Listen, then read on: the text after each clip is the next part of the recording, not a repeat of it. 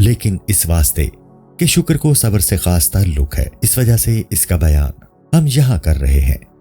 شکر کی فضیلت کی اہم علامت یہ ہے کہ اللہ تعالیٰ نے اس کو اپنے ذکر کے ساتھ شامل کر کے ارشاد فرمایا ہے، بس تم میرا ذکر کرو، میں تمہارا ذکر کروں گا، اور میرا شکر ادا کرو اور نافرمانی مت کرو۔ سرور کونین صلی اللہ علیہ وآلہ وسلم نے فرمایا ہے کہ اس شخص کا مرتبہ جو کھانا کھائے اور شکر کرے اس شخص کی مانند ہے جو روزہ دار ہو اور صابر رہے۔ قیامت کے دن ندا کی جائے، اس وقت کوئی شخص نہیں اٹھے گا بجز ان لوگوں کے جنہوں نے مال میں خدا کا شکر ادا کیا ہو۔ جب مال جمع کرنے کا سلسلہ میں یہ آیت نازل ہوئی اور جو لوگ سونا اور چاندی جمع کرتے ہیں تو حضرت عمر رضی اللہ تعالیٰ عنہ نے دریافت کیا، یا رسول اللہ صلی اللہ علیہ وآلہ وسلم، پھر ہم کیا مال جمع کریں؟ تو حضرت والا نے جواب میں ارشاد فرمایا، زبان ذاکر، دل شاکر اور مومنہ بیوی، یعنی متاع دنیوی سے بس ان 3 چیزوں پر قناعت کر۔ نیک بیوی ذکر الہی اور شکر گزاری کی فراغت میں ممد و مددگار ہوتی ہے۔ حضرت ابن مسعود رضی اللہ تعالیٰ عنہ نے فرمایا ہے کہ شکر ایمان کا نصف حصہ ہے۔ شیخ عطار رحمۃ اللہ تعالیٰ علیہ سے مروی ہے کہ ایک روز ام المومنین حضرت عائشہ رضی اللہ تعالیٰ عنہا کی خدمت میں حاضر ہو کر میں نے عرض کیا کہ حضور صلی اللہ علیہ وآلہ وسلم کا کچھ حال مجھ سے بیان فرمائیے۔ تو حضرت عائشہ رضی اللہ تعالیٰ عنہا نے فرمایا کہ سرکار دو عالم صلی اللہ علیہ وآلہ وسلم کے تمام احوال عجیب و غریب تھے۔ پھر آپ نے فرمایا، ایک رات کا ماجرا ہے کہ حضور صلی اللہ علیہ وآلہ وسلم میرے ساتھ سوئے، یہاں تک کہ آپ صلی اللہ علیہ وآلہ وسلم کا برہنہ جسم اطہر میرے جسم سے مس ہوا۔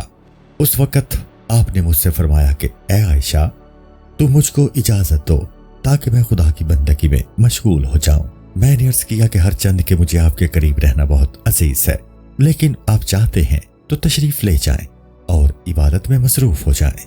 حضور صلی اللہ علیہ وآلہ وسلم بستر سے اٹھے اور مشک میں سے پانی لے کر طہارت فرمائی اور نماز کے لیے کھڑے ہو گئے۔ آپ نماز پڑھتے جاتے اور روتے جاتے تھے، یہاں تک کہ حضرت بلال رضی اللہ تعالیٰ عنہ آئے تاکہ آپ صلی اللہ علیہ وآلہ وسلم کو صبح کی نماز کی اطلاع دیں۔ تب میں نے دریافت کیا کہ حق تعالیٰ نے تو آپ کو بخش دیا ہے، پھر آپ کس لیے رو رہے تھے؟ حضور صلی اللہ علیہ وآلہ وسلم نے فرمایا، کیا میں اللہ کا شکر گزار بندہ نہ بنوں جبکہ اس آیت کا نزول مجھ پر ہوا ہے؟ بے شک آسمانوں اور زمین کی پیدائش میں اور رات اور دن کی باہم تبدیلیوں میں نشانیاں ہیں عقل مندوں کے لیے جو اللہ کو یاد کرتے ہیں، کھڑے اور بیٹھے اور کروٹ کے بل لیٹے۔ جن کو یہ مرتبہ حاصل ہوا ہے وہ اس کی شکر گزاری میں خوشی سے رویا کرتے ہیں، ان کا رونا ڈر سے نہیں ہوتا۔ چنانچہ روایت ہے کہ ایک چھوٹے سے پتھر کے پاس سے ایک پیغمبر کا گزر ہوا، اس سے بہت سا پانی جاری تھا۔ یہ دیکھ کر ان پیغمبر کو تعجب ہوا۔ اللہ تعالیٰ نے ان کے لیے اس پتھر کو گویا کر دیا اور اس نے کہا کہ جب سے میں نے اللہ تعالیٰ کا یہ ارشاد سنا ہے کہ انسان اور پتھر دوزخ کا ایندھن ہوں گے، تب سے میں اسی طرح رو رہا ہوں۔ پیغمبر خدا نے اللہ تعالیٰ سے دعا فرمائی کہ الہی اس پتھر کو خوف سے بے فکر کر دے۔ ان کی یہ دعا قبول کر لی گئی۔ پھر دوبارہ انہی پیغمبر کا اس پتھر کے پاس سے گزرنا ہوا تو اس سے پانی اسی طرح جاری تھا۔ اس وقت انہوں نے پتھر سے دریافت کیا کہ اب کیوں رو رہا ہے؟ اس نے جواب دیا کہ پہلے میرا رونا خوف کے سبب سے تھا اور اب میرا رونا شکر گزاری کا ہے۔ یہ مثال اس آدمی کے لیے ہے جو دل کی سختی میں پتھر کی طرح ہو۔ اس کو چاہیے کہ وہ کبھی خوف اور کبھی غم سے روئے اور کبھی خوشی سے رویا کرے تاکہ اس کا دل نرم پڑ جائے۔ شکر کی حقیقت۔ اے عزیز، معلوم ہونا چاہیے کہ دین کے تمام مدارج اصل میں 3 ہیں: علم، حال اور عمل۔ لیکن ان تینوں کی اصل علم ہے اور اس سے حال اور حال سے عمل پیدا ہوتا ہے۔ بس شکر کا علم یہ ہے کہ بندہ جانے اور پہچانے کہ جو نعمت اس کو ملی ہے اس منعم حقیقی کی طرف سے ملی ہے۔ حال نام ہے دل کی اس خوشی کا جو نعمت پا کر حاصل ہو، اور عمل یہ ہے کہ اس نعمت کو اس کام میں صرف کرے جس میں اس کے آقا اور مولا کی مرضی ہو۔ ویسے بھی یہ عمل زبان اور جسم سے تعلق رکھتا ہے، بس جب تک یہ تمام احوال ظاہر نہیں ہوں گے شکر کی حقیقت معلوم نہیں ہوگی۔ اور علم یہ ہے کہ تم اس بات کو پہچانو کہ جو نعمت تم کو ملی ہے وہ خداوند تعالیٰ کی عطا کرتا ہے، کسی غیر کا اس میں دخل نہیں ہے۔ جب تک تمہاری نظر وسیلہ اور اسباب پر پڑتی رہے گی اور تم اس کو دیکھتے رہو گے تو یہ معرفت اور ایسا شکر ناقص ہے، کیونکہ اگر کوئی بادشاہ تم کو خلعت عطا فرمائے اور تم یہ سمجھو کہ مجھے یہ خلعت وزیر کی مہربانی سے ملی ہے، تو اس طرح بادشاہ کا شکر تم نے پورا ادا نہیں کیا ہے، بلکہ تم نے اس کا کچھ حصہ وزیر کو بھی دے دیا، اور اس طرح تم پورے طور پر بادشاہ سے شادمان نہیں ہوئے۔ اور اگر تم یہ سمجھو کہ خلعت بادشاہ کے حکم سے ملی ہے اور حکم قلم اور کاغذ کے وسیلے سے ہوا ہے، تو اس طرح سمجھنے سے اس شکر کو کچھ نقصان نہیں پہنچے گا، کیونکہ تم جانتے ہو کہ قلم اور کاغذ دوسرے کے مسخر ہیں اور وہ بذات خود کچھ نہیں کر سکتے، بلکہ یہاں تک اگر تم یہ بھی سمجھ لو کہ حکم جاری ہونے کے بعد خلعت خزانچی نے دی ہے، تو اس میں بھی قباحت نہیں، کیونکہ خلعت عطا کرنے میں خزینہ دار کا کچھ اختیار نہیں تھا، وہ غیر کا محکوم ہے، اس کو جب حکم دیا جائے گا وہ اس کی نافرمانی نہیں کر سکتا۔ اگر مالک کا اس کو حکم نہ ہو تو وہ کبھی خلعت نہیں دے گا۔ اس کا حال بھی بالکل قلم کی طرح ہے۔ اسی طرح اگر تم تمام روئے زمین کی نعمت، غلہ، پھل اور دوسری غذاؤں کا سبب بارش کو اور بارش کا سبب ابر کو سمجھو، یا کشتی کا ساحل پر رک جانا باد مراد کا نتیجہ سمجھے گا، تو اس طرح بھی پورا شکر منعم کا ادا نہیں ہوگا۔ ہاں، جب تم غور کرو گے کہ ابر اور باران، ہوا اور سورج، چاند اور ستارے وغیرہ سب کے سب خداوند تعالیٰ کے دستے قدرت میں اس طرح مسخر ہیں، جس طرح قلم کاتب کے ہاتھ میں ہے کہ قلم کا کچھ حکم نہیں ہے، کاتب جس طرح چاہے اس سے لکھوائے، تو اس طرح سوچنا شکر کے نقصان کا موجب نہیں ہو سکتا۔ اگر ایک نعمت کسی شخص کے واسطے سے تم کو ملی ہے اور تم یہ سمجھ بیٹھو کہ خداوند، تو یہ حماقت کی علامت ہے اور تم شکر کے مقام سے بہت دور چلے گئے۔ تم کو یوں سمجھنا چاہیے کہ اس دینے والے شخص نے تجھ کو جو کچھ دیا ہے وہ اس وجہ سے دیا ہے کہ حق تعالیٰ نے اس پر ایک موکل کو نازل کیا تاکہ اس کو دینے پر مجبور کرے۔ اگر وہ شخص اس کے خلاف کرنا چاہتا تو خلاف کرنا ممکن نہ ہوتا، اگر ممکن ہوتا تو وہ ایک چھدام بھی تم کو نہ دیتا۔ یہ ہم نے جس موکل کا ذکر کیا اس سے مراد وہ خواہش ہے جو اللہ تعالیٰ نے اس دینے والے کے دل میں پیدا کی کہ وہ تم کو کچھ دے، اور اس کو یہ بات سمجھائی کہ دونوں جہان کی خوبی اس میں ہے کہ یہ نعمت تو دوسرے شخص نے دی، بس اس دینے والے نے تم کو جو کچھ دیا وہ یہ سمجھ کر دیا کہ دارین کی بھلائی اس میں ہے۔ اس طرح اس نے جو کچھ تم کو دیا وہ حقیقت میں اپنی ذات کو دیا، کیونکہ اس دینے کو اس نے اپنی ذات کا وسیلہ بنایا۔ حق تعالیٰ نے تم کو مال و نعمت عطا فرمائی کیونکہ اس پر ایک ایسا موکل بیچ دیا۔ بس جب تم کو یہ بات اچھی طرح معلوم ہو گئی کہ تمام بنی آدم مالک حقیقی کے خزانچی کی طرح ہیں، اور خزانچی درمیان میں اسباب اور واسطوں کے اعتبار سے قلم کی مانند ہے، ان میں سے کسی کا بھی کسی چیز پر اختیار نہیں ہے، بلکہ بجبر ان کو اس بات پر آمادہ کیا ہے، یعنی حکمن کہ وہ کسی کو کچھ دیں۔ تو اس صورت میں تم خدا ہی کا شکر ادا کرو گے، بلکہ اس حقیقت کا جان لینا بھی شکر گزاری ہے۔ حضرت موسیٰ علیہ السلام نے بارگاہ الہی میں عرض کیا کہ یا الہی، آدم علیہ السلام کو تو نے اپنی دست قدرت سے پیدا فرمایا اور ان کو طرح طرح کی نعمتیں عطا فرمائیں، تو انہوں نے تیرا شکر کس طرح ادا کیا؟ حق تعالیٰ نے فرمایا کہ آدم نے یہ سمجھا کہ وہ تمام نعمتیں صرف میری طرف سے ہیں، اور اس طرح سمجھنا عین شکر ہے۔ اے عزیز، معلوم ہونا چاہیے کہ ایمان کی معرفت کے بہت سے ابواب ہیں، ان میں سے اول تقدیس ہے، یعنی تم اس بات کو سمجھو کہ خداوند عالم تمام مخلوقات کی صفت سے اور ہر اس بات سے جو اس وسیلہ میں وہم و خیال میں آئے پاک ہے۔ سبحان اللہ کے یہی معنی ہے۔ دوسری توحید یہ ہے کہ تم یہ سمجھو کہ دونوں جہان میں جو کچھ ہے وہ اسی کا مال ہے، اسی کی نعمت ہے۔ الحمدللہ کے یہی معنی ہے۔ یہ معرفت پہلی بیان کردہ دونوں معرفتوں سے زیادہ ہے، کیونکہ وہ دونوں اسی کے تحت میں ہے۔ اس بنا پر سرور کونین صلی اللہ علیہ وآلہ وسلم نے ارشاد فرمایا ہے کہ سبحان اللہ میں اس کی حسنات ہیں، اور لا الہ الا اللہ میں 20 اور الحمدللہ میں 30 نیکیاں ہیں۔ یہ حسنات وہ کلمات نہیں ہیں جو زبان سے کہے جائیں، بلکہ ان سے مراد وہ معرفتیں ہیں جو ان کلمات میں موجود ہیں اور ان سے نکلتی ہیں۔ شکر کے علم کے معنی یہی ہے، لیکن شکر کا حال وہ فرحت اور آسودگی ہے جو دل میں پیدا ہو۔ اس معرفت اور آگاہی سے جب کوئی شخص کسی غیر سے نعمت حاصل کرے تو اس کے تصور سے خوش ہوا۔ اس خوشی اور مسرت کے اسباب 3 ہیں۔ ایک یہ کہ اس وجہ سے خوش ہو کہ اس کو اس نعمت کی حاجت اور ضرورت تھی اور وہ اس کو مل گئی، تو اس کی شادمانی کو شکر نہیں کہا جائے گا۔ اس کو اس مثال سے سمجھو کہ کسی بادشاہ نے سفر کا ارادہ کیا، اس نے اپنے ایک غلام کو ایک گھوڑا دیا۔ اب اگر نوکر گھوڑا پا کر اس لیے خوش ہے کہ اس کو اس کی حاجت تھی، تو اس طرح بادشاہ کا شکر کس طرح ادا ہوا؟ کیونکہ یہ فرحت و شادمانی تو اس کو اس وقت بھی حاصل ہوتی اگر اس گھوڑے کو جنگل میں پاتا۔ دوسرا سبب یا وجہ یہ ہے کہ وہ بادشاہ کی اس عنایت کو جو اس کے باپ میں ہوئی ہے پہچان کر خوش ہو کہ بادشاہ اس کے حال پر کس قدر مہربان ہے، اور دوسری نعمتوں کی امید بھی دل میں پیدا ہوئی۔ اگر وہ گھوڑا کسی صحرا یا جنگل میں پاتا تو اسے ایسی خوشی حاصل نہیں ہوتی، کیونکہ یہ مسرت اس کے دل میں منعم کے انعام سے پیدا ہوئی ہے، لیکن منعم سے نہیں۔ یہ بات اگرچہ شکر میں داخل ہے لیکن نقصان سے خالی نہیں ہے۔ تیسری وجہ یہ ہے کہ گھوڑے پر سوار ہو کر بادشاہ کے حضور میں جا رہا ہے تاکہ اس کا دیدار کرے، اور سلطان کی ملاقات کے سوا اس کا کچھ اور مطلب نہیں ہے۔ تو چونکہ یہ خوشی بادشاہ کے باعث پیدا ہوئی، اس لیے یہاں شکر پورا ہوا۔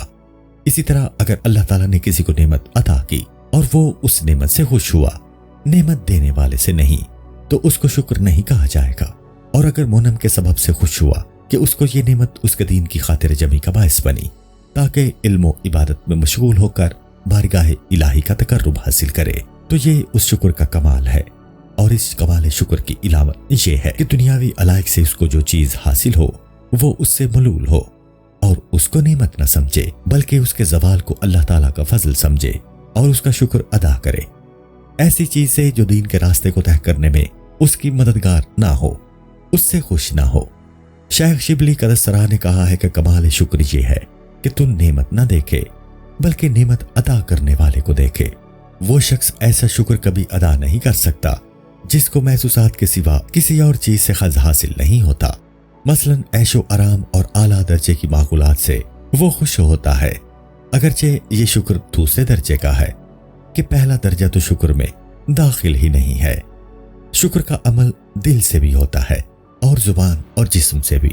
دل سے شکر گزاری یہ ہے کہ ہر ایک کی بھلائی چاہے اور کسی کی نعمت اور دولت سے حسد نہ کرے، اور زبان کا شکر یہ ہے کہ تمام حالتوں میں الحمدللہ کہہ کر شکر بجا لائے اور اپنی خوشی کا اظہار نعمت بخشنے والے سے کرے۔ رسول اکرم صلی اللہ علیہ وآلہ وسلم نے ایک شخص سے دریافت کیا کہ تیرا کیا حال ہے؟ اس نے عرض کیا الحمدللہ میں خیریت سے ہوں۔ تب سرور کونین صلی اللہ علیہ وآلہ وسلم نے فرمایا میں اس کلمہ کو جواب میں چاہتا تھا، اور ہمارے اسلاف کرام جو احوال پرسی اور خیریت طلب کیا کرتے تھے، اس سے ان کا مقصود یہی تھا کہ جواب میں اللہ کا شکر ادا کیا جائے تاکہ دریافت کرنے والا اور جواب دینے والا دونوں ثواب میں شریک ہوں، اور جو کوئی شکایت کرے گا وہ گناہگار ہوگا۔ اگر سختی اور مصیبت میں کوئی شخص ایسے بندہ ضعیف سے خداوند تعالیٰ کا شکوہ کرے جس کو ذرا سا بھی اختیار نہ ہو، تو اس سے بڑی خطا اور کیا ہو سکتی ہے؟ بلکہ چاہیے کہ محنت و مصیبت میں دل سے اس کا شکر ادا کرے۔ ممکن ہے کہ یہ بات اس کی سعادت کا سبب بن جائے، اور اگر شکر نہیں کر سکتا تو صبر اور شکیباتی اختیار کرے۔ اس سلسلہ میں جسم کا عمل یہ ہے کہ اپنے تمام اعضاء کو جو خداوند تعالیٰ کی ایک نعمت ہے ایسے کام میں مصروف رکھے جس کی خاطر ان کو بنایا گیا ہے، اور ظاہر ہے کہ ان سب کو آخرت کی خاطر بنایا گیا ہے۔ اس سے ظاہر ہے کہ اللہ تعالیٰ کی مرضی اور مشیت یہی ہے کہ تم آخرت کے کاموں میں مصروف رہو۔